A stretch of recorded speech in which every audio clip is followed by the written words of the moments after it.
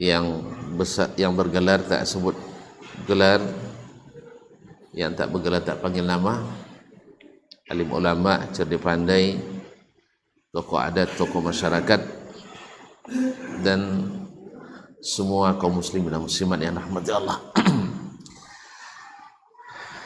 Bersyukur kita kepadanya pada petang hari ini kita bisa bersama menikmati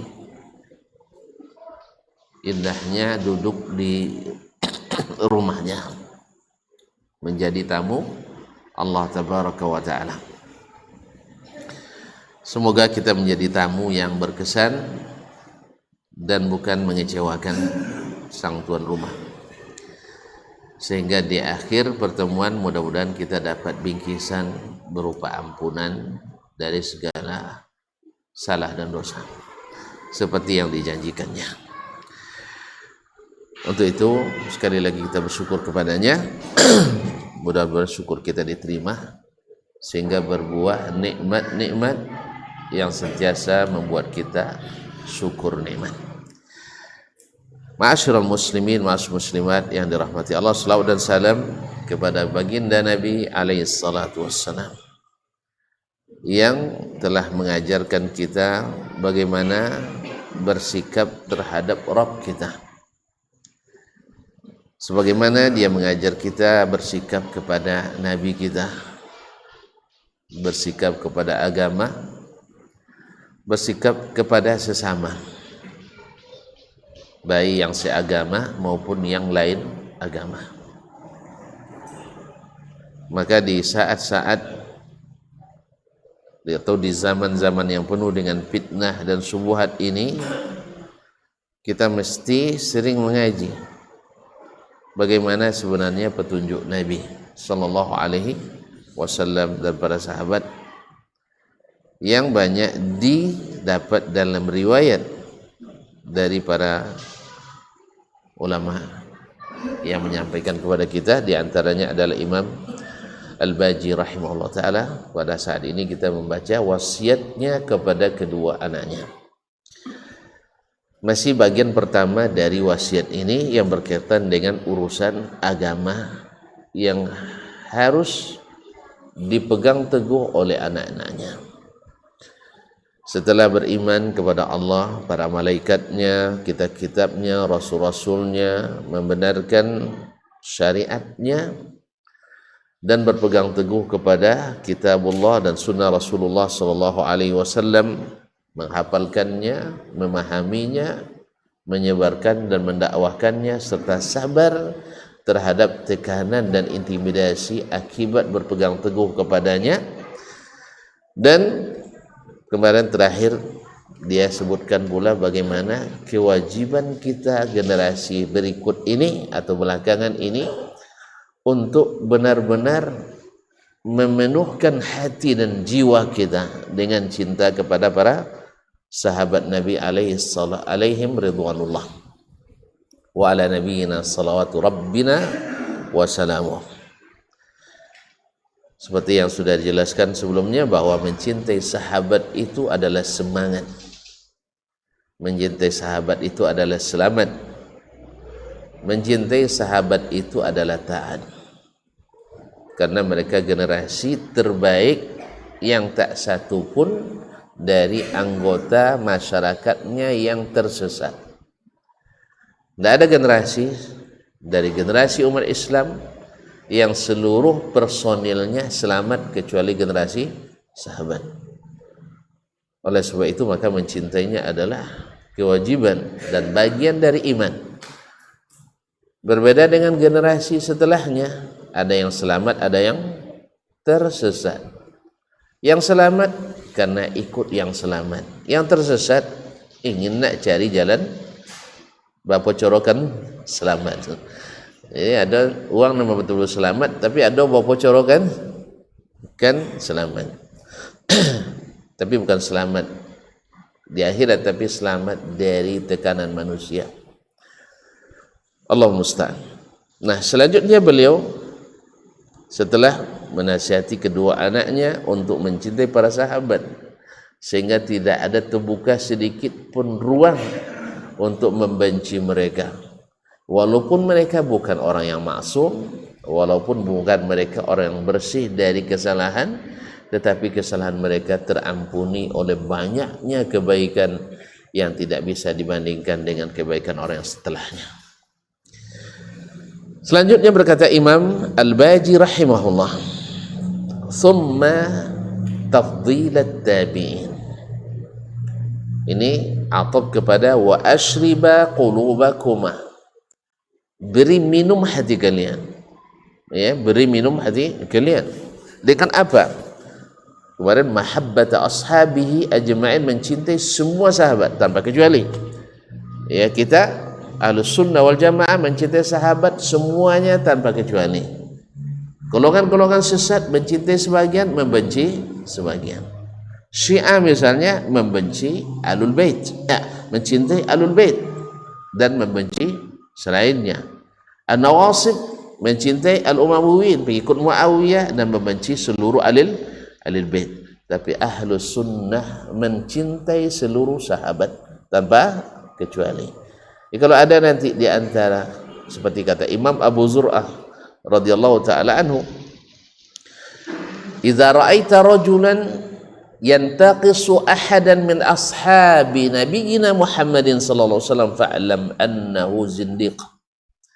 Kalau kau lihat ada orang yang meremehkan atau mencari kekurangan, menyebut-nyebut kekurangan sahabat, ketahuilah ini orang zindiq.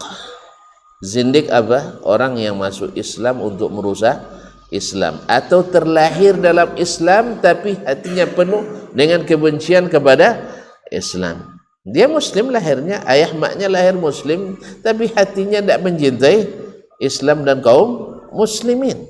Semua yang dilakukan oleh kaum muslimin baginya adalah kebencian. Justru dekat hatinya kepada orang yang memusuhi Islam. Nasallallahu alaihi wasallam. Nah, kemudian thumma tafdilat tabi'in, kemudian beri minum hati kalian, penuhkan hati kalian dengan apa? Mahabbati atau tafdilat tabi'in, yaitu mendahulukan para tabi'in. Wa man ba'dahum minal a'immati wal ulama, dan orang-orang setelah mereka dari kalangan a'immah, para imam dan ulama. Apa beda para imam dan ulama? Imam itu ulama, tapi tidak semua ulama dijadikan imam.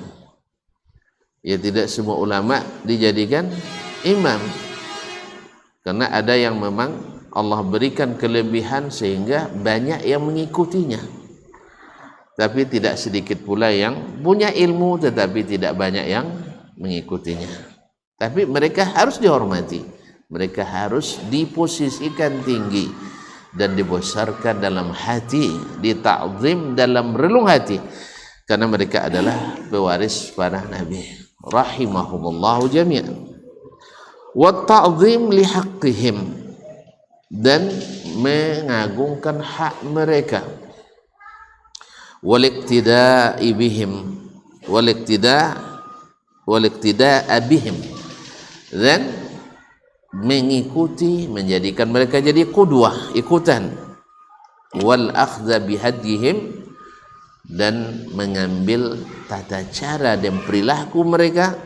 Wal iktifa' li atharihim, dan menapak tilasi jejak-jejak mereka, sejarah dan sirah mereka. Wat tahaffudz li aqwalihim, dan menjaga, menghafalkan perkataan-perkataan mereka. Wattiqada isabatihim, dan berkeyakinan bahwa mereka berada di jalan yang benar.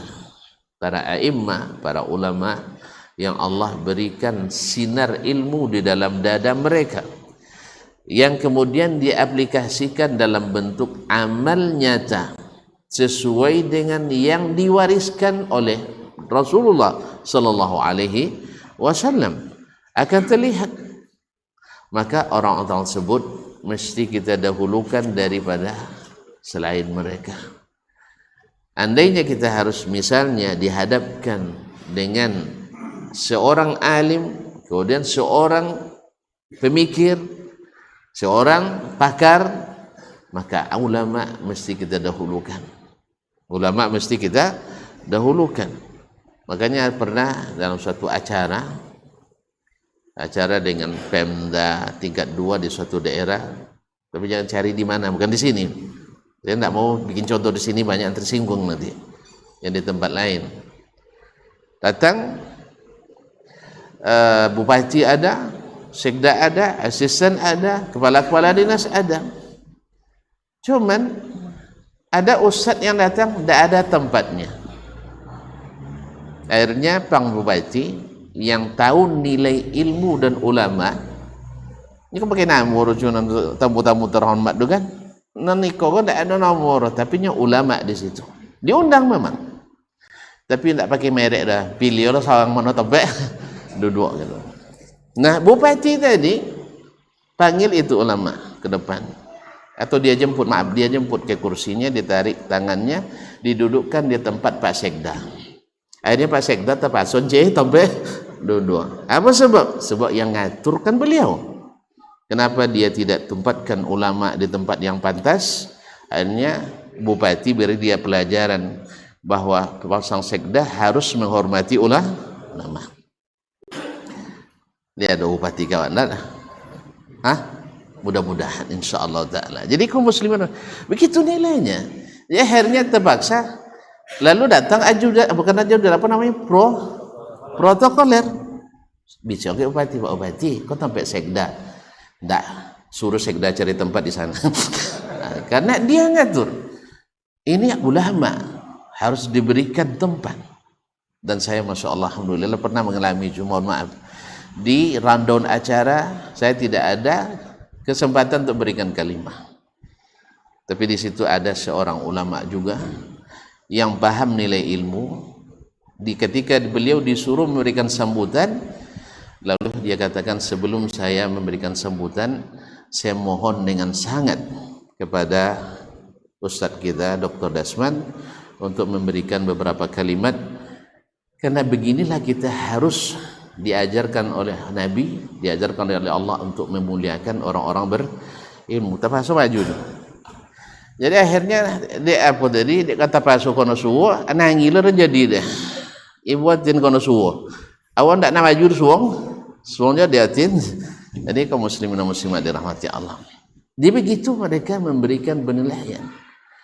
Dan andainya dunia ini penuh dengan para pejabat yang seperti ini, maka aman insyaallah negeri. Karena keberkahan itu ada pada kibar, ada pada orang-orang besar. Dan orang yang besar di sisi Allah adalah para ulama. Karena ulama inilah yang membawa keberkahan dengan izin Allah, dengan ilmu yang mereka sebarkan, sehingga terpagar umat dari kesesatan. Tapi bila ulama dihinakan, bila ulama dipersempit geraknya, bila ulama tidak ditakzim, maka tanda-tanda kehancuran akan datang. Makanya Imam Al-Baji rahimahullah ta'ala, beliau adalah yang melihat, karena perjalanannya dari Andalus. Kalau Andalusnya di kawan kampung siapa?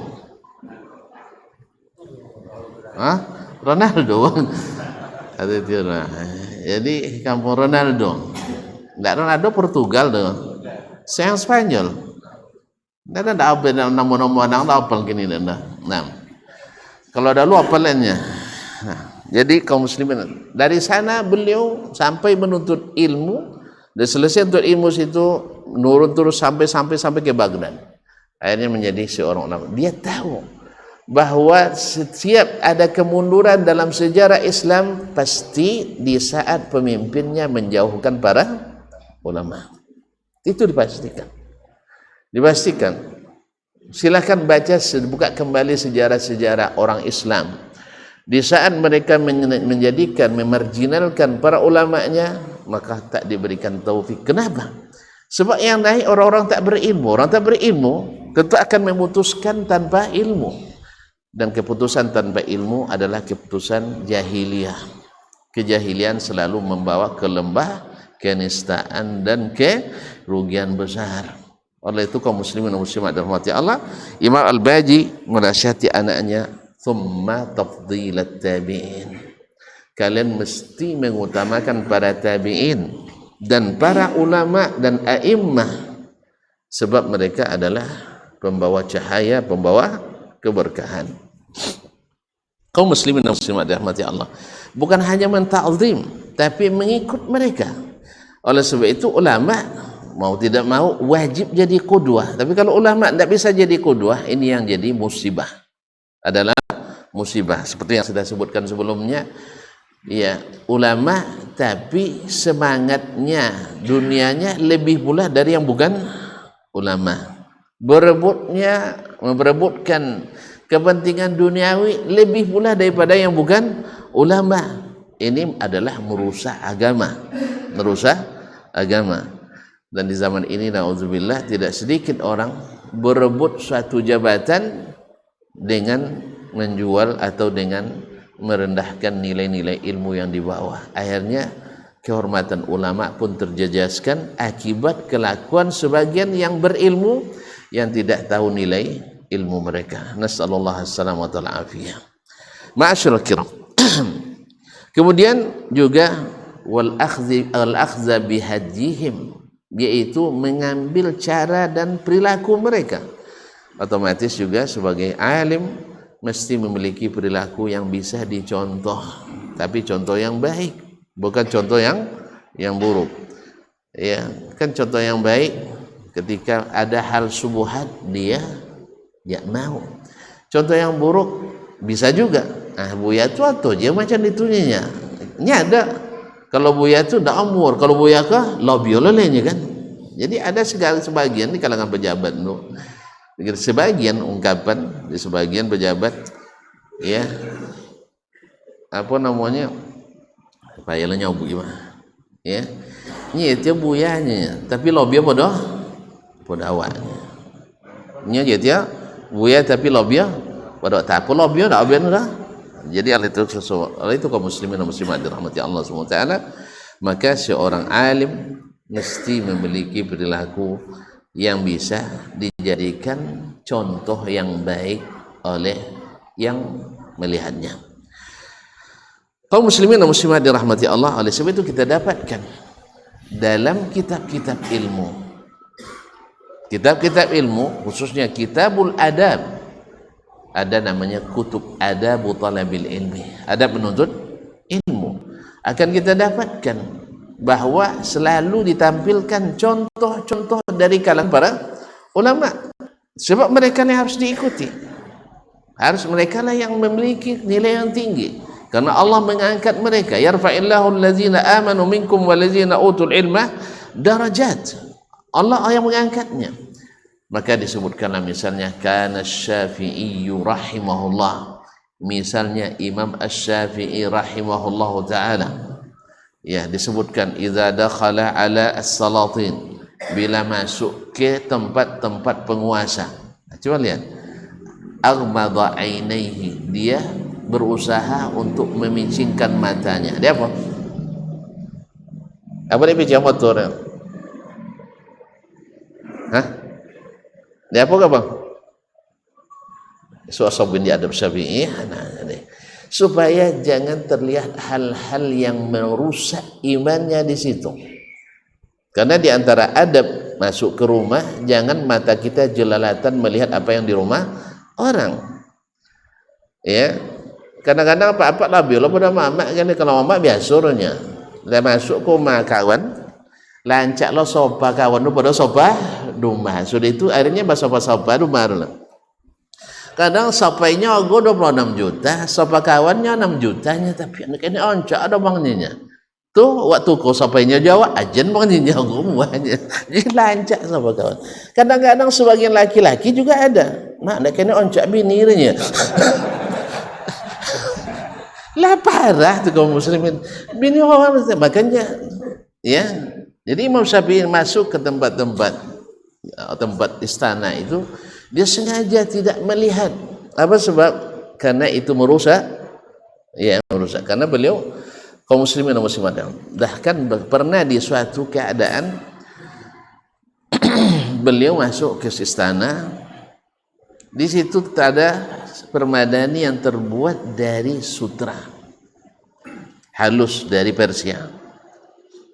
Apa dia melihat itu? Ya, lihat adabnya Asy-Syafi'i rahimahullah. Awak kan kadang tetap jadi situ duduk, cuma di situ ponmu citoken komai kan ya. Jadi Imam Syafi'i tidak.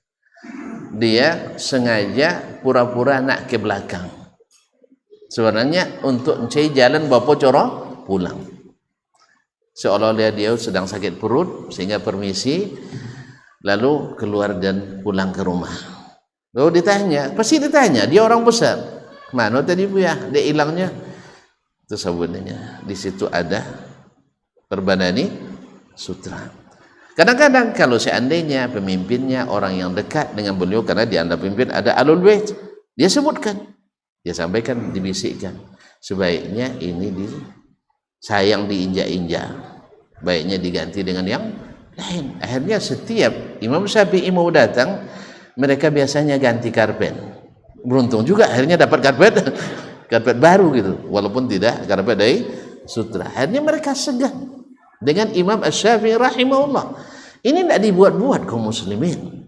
Ya, ada waktu itu di kampus. Ya, ketika mulai anak tinggal di asrama, lewat anak-anak itu karena baru tinggal di asrama, mereka duduk-duduk dekat tugu itu kan, tugu kapal layar itu. Tapi layar itu balik itu Pak Profesor. Ya, kalau bisa usulkan diganti layar itu balik itu. Nah, jadi benderanya salah itu. Jadi kaum muslimin dan rahmati Allah SWT, duduk-duduk lewat Ustaz sefulan, mereka tetap tidak ada masalah, duduk terus.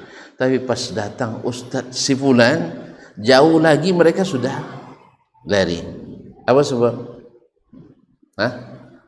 Ada rasa lain segan. Apa sebab? Karena sefulan dan sefulan baginya itu tidak masalah, karena dianggap biasa. Walaupun anak gadis duduk di tepi jalan, tapi kalau sempat Ustaz sefulan kalau bertemu, maka dia akan tegur, tidak bagi anak-anak gadis duduk di tepi jalan.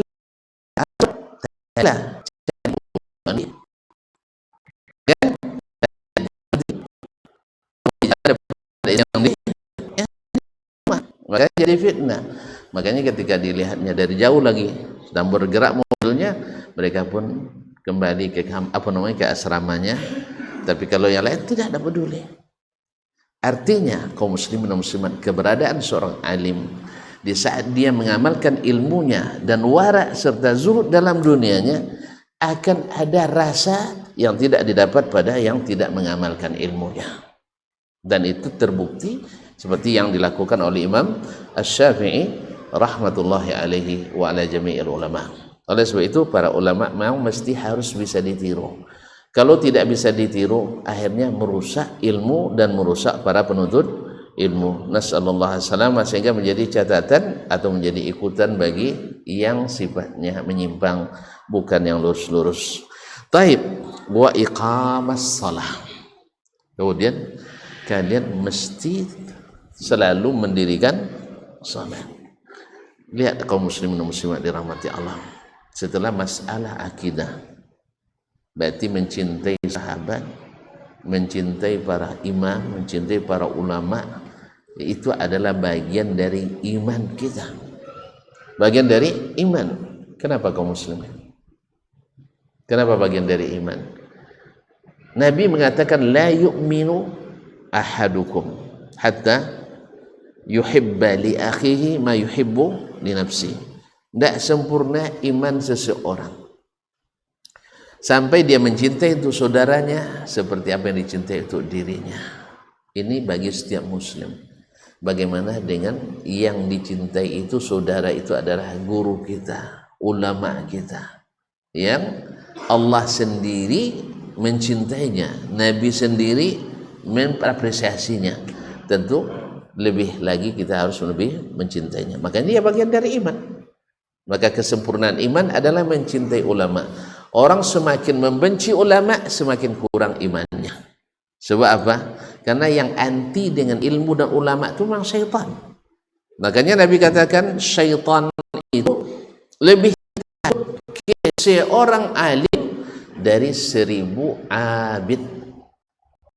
Silakanlah nak beribadah, zikir dan sebagainya, tidak begitu takut. Apa sebab? Pengaruhnya tidak besar. Zikirnya, zikir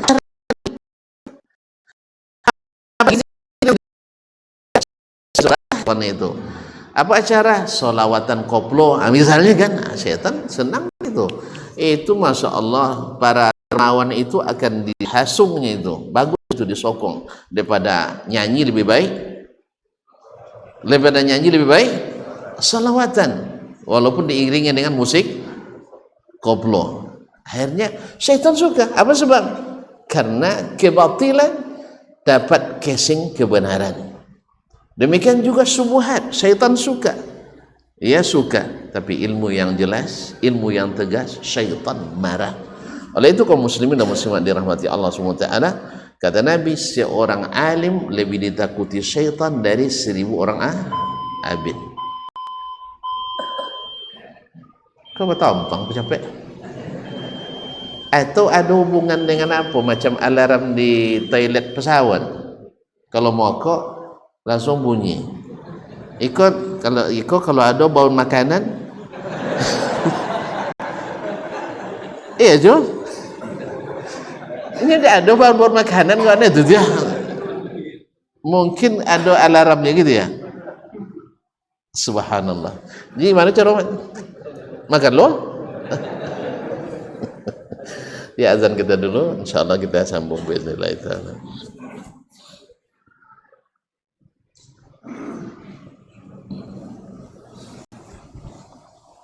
Allahu Akbar, Allahu Akbar, Allahu Akbar, Allahu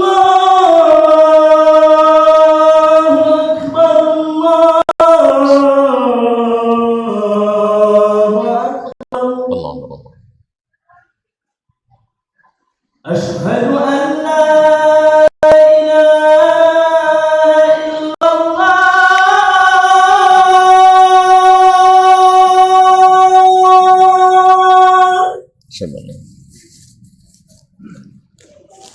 Asyhadu an la ilaha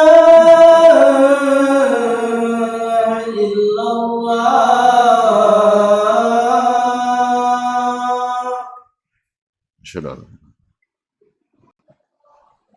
Asyhadu anna Muhammadar Rasulullah.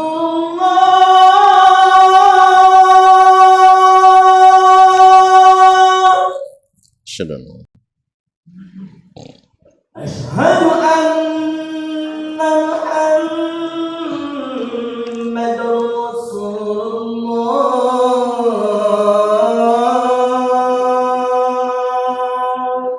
Asyhadu. Hayya 'alas salah.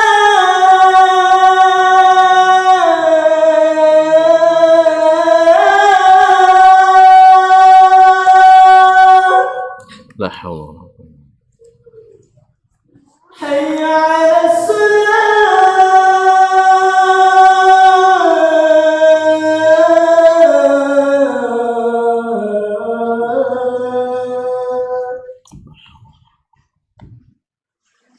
Hayya 'alal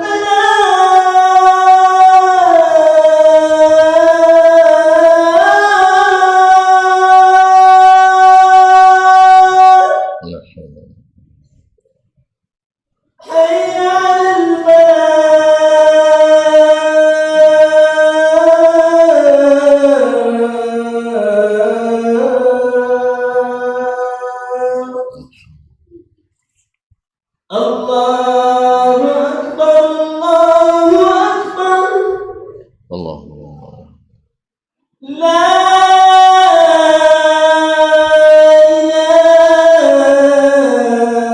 ilaha illallah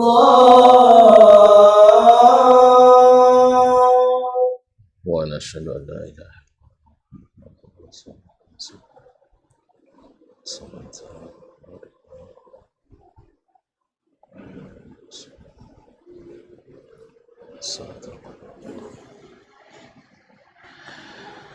Bapak dan ibu-ibu, kaum muslimin, kaum muslimat yang dirahmati Allah SWT. Kemudian setelah masalah iman, masuk kepada masalah amaliyah, yang sebenarnya amal bagian dari iman. Nah, sebesar-besar amalan iman itu adalah as-salah.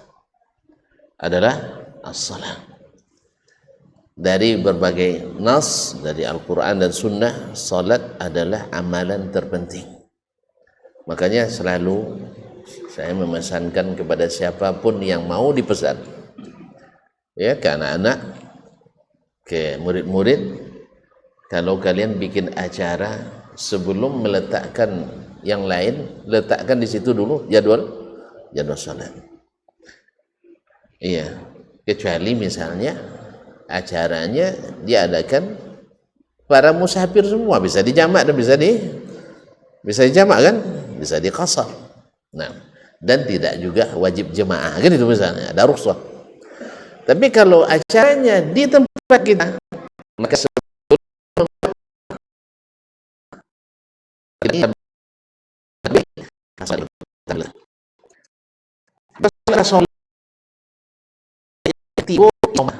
istirahat, solat, makan. Dek sampai tu tinggi iman je lah. Istirahat, makan, so hilang. Jadi tinggi iman atau imannya birabio. Tentu imannya makan tu banyak terserak tu tinggi lah. Apa sebab? Dibuat setengah jam. Padahal untuk makannya biasa 2 jam setengah. Makanya akhirnya tinggal lagi istirahat, salat. Istirahat, makan. Sonya hilang. Yang kedua, tidak disiapkan tempat untuk salat. Tidak disiapkan tempat untuk salat. Ini juga masalah besar kita. Artinya tidak dipentingkan salat. Kalau kita sewa hotel, ya untuk acaranya Masya Allah, ballroomnya Masya Allah membuat untuk 1000 orang, 500 sampai 600 orang. Tapi untuk salat hanya beberapa orang. Nya peserta nama itu sampai salat tu 3 orang sekali salat. Bila sudah? Maka sebagaimana gedung untuk ruangan acara disiapkan, untuk salat juga mesti disiapkan. Ini yang luput dari ini. Tidak masuk dalam mata anggaran, tidak ada nomenklatur dosen. Maka dimasukkan nomenklatur itu. Karena yang akan masukkan bukan peserta, tapi adalah para pengambil kebijakan. Kalau acara misalnya di instansi, tentu kepala dinas, ya kan? Kalau acara di institusi, tentu rektor atau dekan dan para orang-orang yang bantunya. Jadi kan itu apa sebab? Dah mencintaikan solat saja kita, masih juga banyak maksiat kita, apalagi solat tidak dicintai oleh kita. Dah dibuat pun program mesti solat berhenti waktu juga yang tidak solat. Bagaimana kalau solat dianggap sebagai hal yang sifatnya pengganggu, bukan pelengkap? Alah, solatlah curunya, tinggal majaunya kan.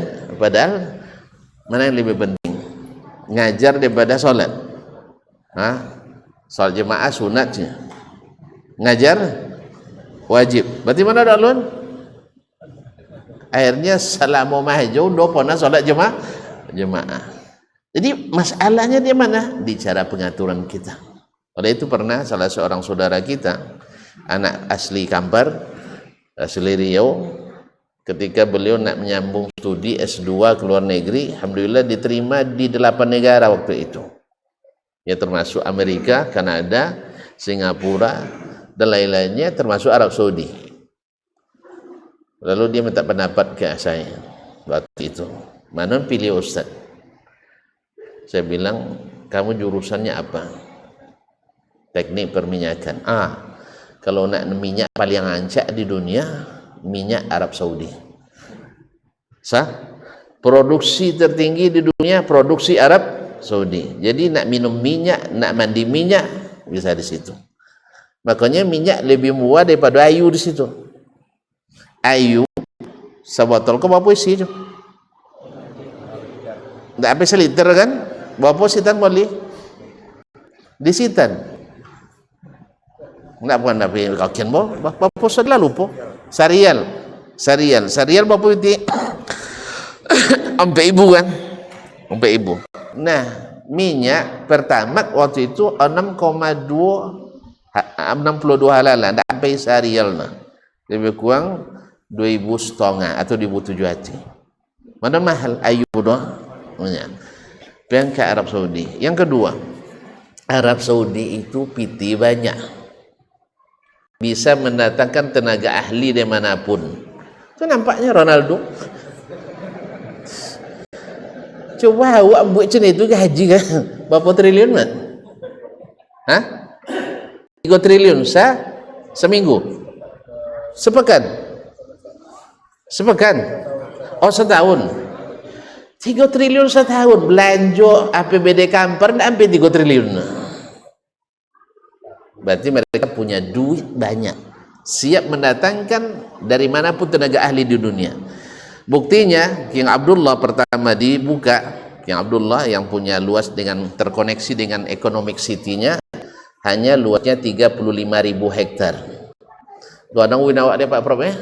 Winawa apa sah? 168 hektar. Hanya 35.000 hektar. Nah, jadi itu dari fakultas pakai apa? Jadi kaum muslimin dan muslimat itu rektor pertamanya diseleksi oleh tim Piala Nobel. Piala Nobel di mana pusat? Mana sah? Lalu pulau dah. Lihat, yang tukang seleksi di situ. Baju seleksi situnya gaji pokok sebulannya hanya $50.000. Kalau rektor apa gaji sebulan? Jadi kaum muslimin dan muslimat $50.000 sebulan. Gaji pokok 50.000 kali 5.000 berapa itu ya? Dan pada metong dalam. Jadi kaum muslimin terpilihlah Cina Singapura waktu itu rektor pertamanya. Sekarang saya tidak tahu lagi. Jadi kaum muslimin oleh itu pilih karena tenaga ahli bisa datangkan dari manapun. Yang ketiga, kurikulum di sana jauh lebih tinggi daripada di sini. Saya sudah tahu. Ya, di bidang apapun, di bidang agama maupun di bidang umum. Alhamdulillah. Tapi bukan itu yang terpenting. Yang paling penting kamu terjaga sholatnya.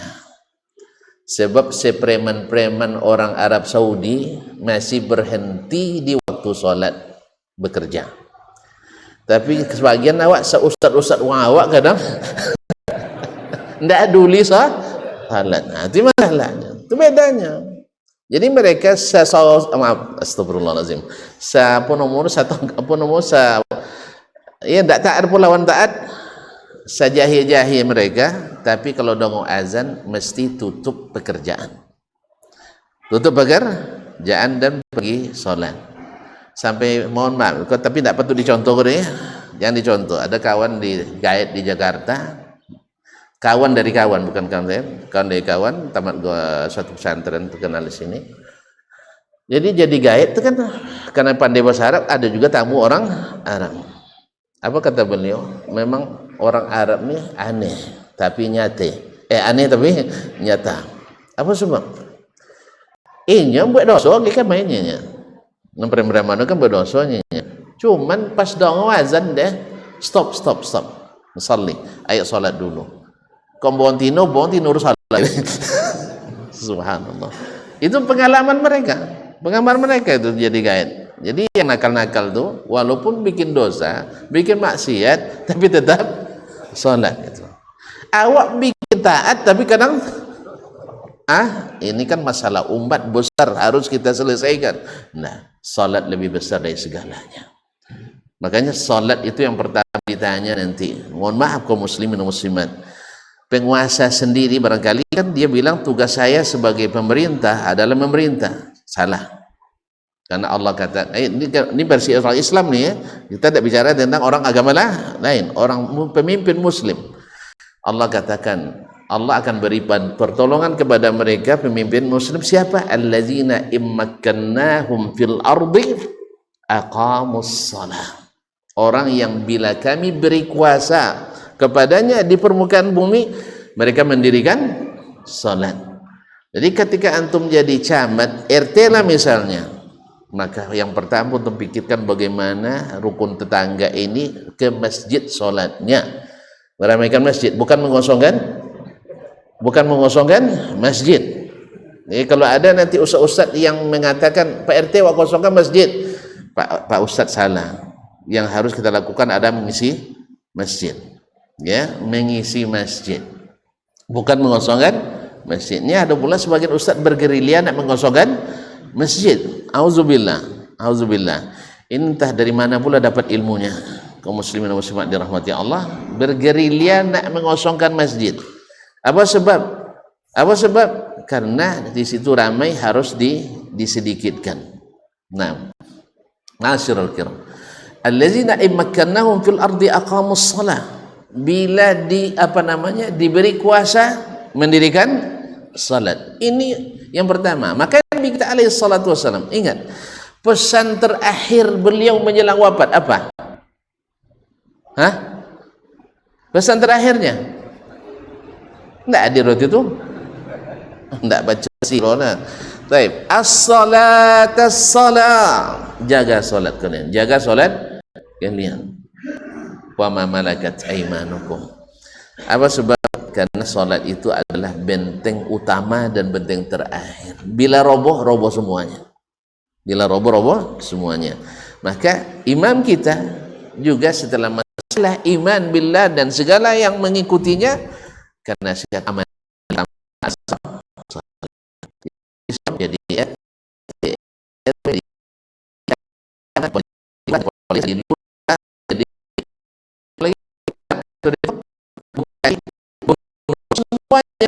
di level yang dia miliki, salat adalah program utama,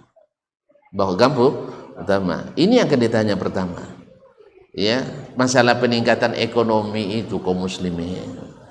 Ya, kita sebenarnya tidak disuruh ngurus ekonomi oleh Allah, karena ekonomi itu memang urusan Allah Subhanahu wa taala. Buktinya ketika kita menargetkan ekonomi tidak juga pernah tercapai lah. Kan ya, Prof?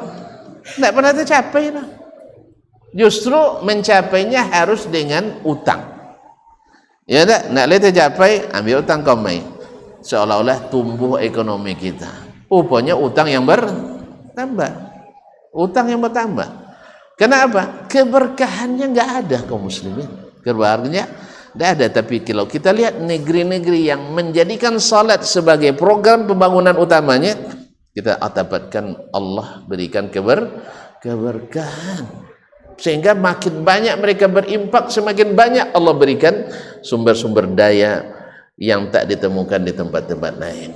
Oleh itu kaum muslimin muslimat, ya kita menghimbau para pengambil kebijakan dimanapun, apalagi kalau institusi keagamaan menjadikan salat sebagai program utama. Ya memang belum banyak, tapi sudah ada. Maka saya katakan yang paling menjadi pendorong, pilih Arab Saudi daripada milih Singapura, daripada milih Jepang, daripada milih Korea Selatan, daripada milih Inggris, daripada milih Belanda atau Amerika dan Kanada, adalah karena salat antum terjaga. Alhamdulillah, dia menerima, hanya berangkat ke Arab Saudi King Abdul Aziz, dan King Abdul Aziz adalah universitas terbaik Timur Tengah saat ini. Ini bagian tidak banyak wono, ikan belanjanya sekitar babos setahunnya sekitar mau 5 miliarnya. Banyak juga awak lihat, awak 1,25 gini miliar, cuman rupiah mereka. Nah, itu aja bedanya. Jadi 16 miliar kali 4.000, boitir, iya sekitar, tak pandai menghitung pi banyak buruh. Anda boleh 0,5 triliun, kalau pandai menghitung pi banyak. Baik. Jadi kaum muslimin dan muslimat dirahmati Allah, sampai 10 triliun lebih. Jadi provinsi Sumatera di pembangunannya, belanja satu universitas. Apa sebabnya jadikannya salat sebagai program utama? Itu pun masih juga banyak maksiat. Apalagi yang sholat tidak dipedulikan. Allah musta'an. Oleh itu kaum muslimin, maka Imam Al-Baji katakan wa iqamas salat fa innaha amududdin, karena dia adalah tiang agama, wa imadus syariat, tiangnya syariat. Dah nampaknya baun semakin koin nampak. Kita lanjutkan besok insyaallah. Ya, mukaddimah tentang salat. Karena amun nak bahas tentang salat ni agak lebih dalam dan lebih panjang. Ya, sebab salat itu apa 3 minit? Nyala menutup dah 3 minit tu. Sebab adanya setiap kata di dalam yang disebutkan beliau ini punya nilai sendiri, perlu dijabarkan, ya, perlu diinikan, diaplikasikan. Seperti katakan tiang agama, tiang syariat. Kemudian wa akadu faraidil millah, adalah yang paling kuat di antara kewajiban-kewajiban agama. Fa fi mura'ati mutaharatiha. Jadi ini insyaallah akan memerlukan dari kita pendalaman, setidaknya penghayatan akan pentingnya itu.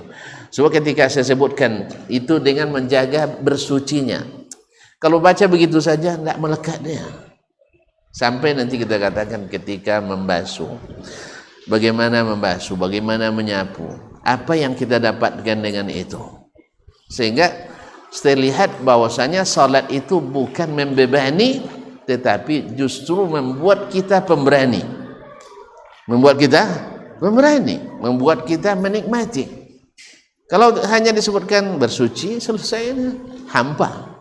Oleh sebab itu mudah-mudahan ada waktu lagi kita bersama insyaallah taala. Atau tapi waktu 3 minit datuk. Nah,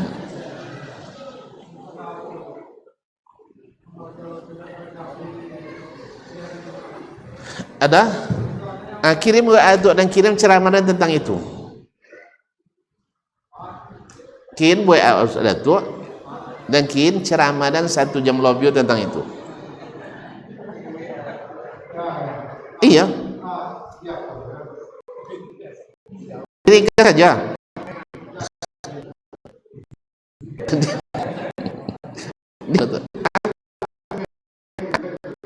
Kalau temu ada banyak tergaduh.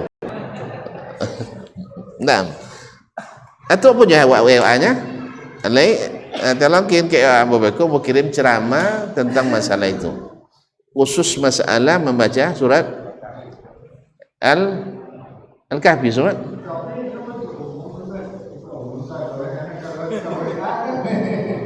tidak ada tuh cara sampai sih kok Bakar. Jadi kesimpulannya, taib. Tidak cukup 3 minit jadilah. Itu aroma lah nggak gua tuh.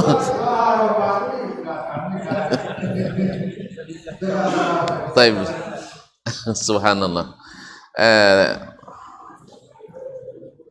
Masalah membaca, pertama baca Al-Quranul Karim secara umum dianjurkan kapanpun, dimanapun, dalam keadaan apapun. Lalu ada sebagian surat-surat Al-Quran mempunyai kelebihan-kelebihan, seperti Al-Fatihah, dia mempunyai kelebihan dari seluruh surat, dibaca berulang-ulang dalam setiap rakaat salat. Nah, baik oleh imam, makmum, ataupun orang yang salat sendiri. Kemudian juga dianjurkan untuk dibaca di kapanpun. Bahkan ada pula sebagian menghadiahkannya kepada orang yang sudah mati. Padahal sebelum hari duit tidak pernah cepat dihagir. Allah musta'an. Jadi kaum muslimin, ada surat-surat yang Allah berikan kelebihan, di antaranya ada yang sahih, ada yang tidak. Ada yang sahih, ada yang tidak. Tapi fadilah tentang baca Quran kapanpun itu semuanya sahih. Andainya Datuk tidak tahu tentang fadilat surah Al-Kahfi, bacalah surah Al-Quran, baca surah Al-Kahfi, itu sudah pahala yang luar biasa. Yang nak tambah aja lah. Nak tambah aja lah. Nah, dia ulang tu. Nah, lalu datang hadis tentang fadilat membaca surat Al-Kahfi.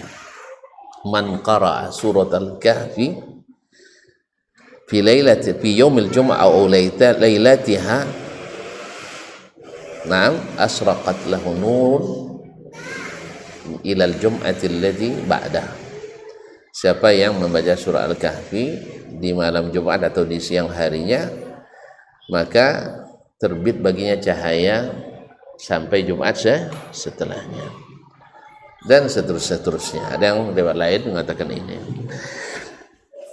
Sedangkan riwayat lain, siapa yang membaca surah Al-Kahfi tanpa menyebutkan Jumat atau selain Jumat, mendapatkan juga pahala cahaya tersebut. Nah, oleh sebab itu diteliti oleh para ulama bahwasanya yang bersifat khusus dalilnya, hadisnya dhaif atau syadz. Yang sahih adalah tidak dikhususkan dengan hari Jumat atau malamnya. Jadi itu dan nak baca Jumatnya tu bacalah apa, tidak ada larangan. Tapi mengkhususkan dengan Jumat kalau dari sisi dalil khusus tidak kuat.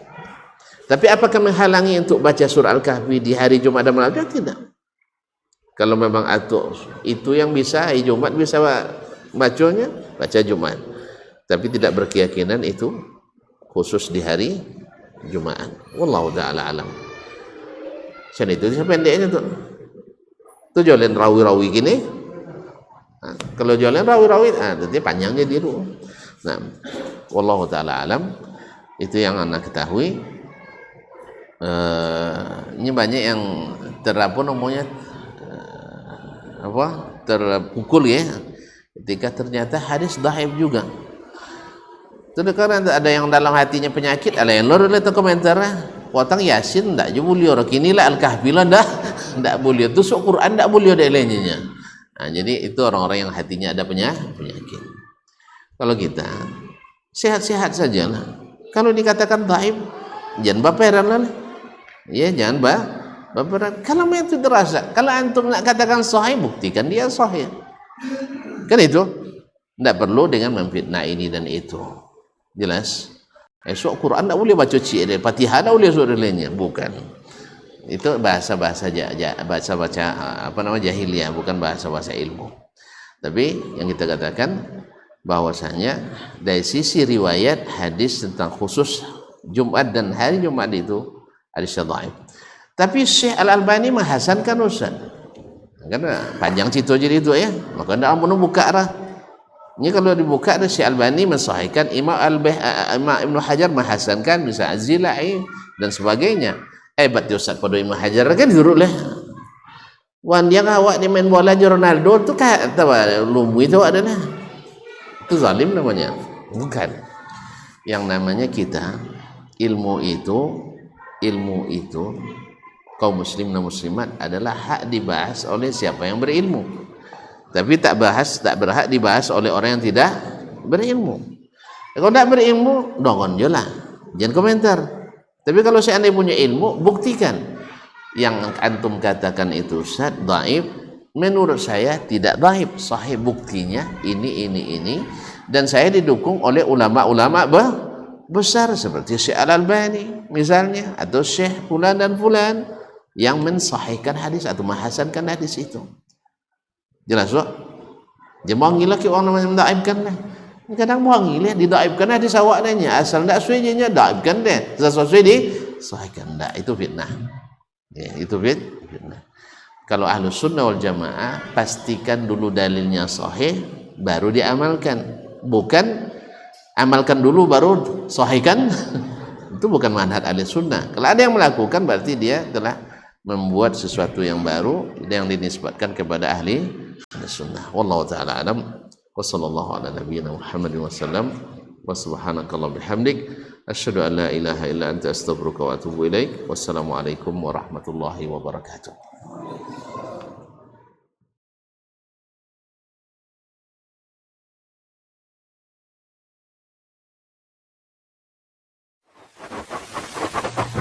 Barometer amal kita saleh tak salehnya di salat kita. Bila salat kita ikhlas dan sesuai dengan sunnah Nabi SAW, maka insya Allah amalan yang lain mengikuti. Ini aktivitas ini membantu saya di akhirat atau akan menyulitkan saya di akhirat? Kalau seandainya perbuatan itu ternyata akan menyulitkan kita di akhirat kelak, tinggalkan perbuatan itu. Anta ni'mal jund. Kamu adalah sebaik-baik prajurit. Coba lihat. Kamu adalah sebaik-baik prajurit. Maka tujuannya adalah menghancurkan kehidupan rumah tangga.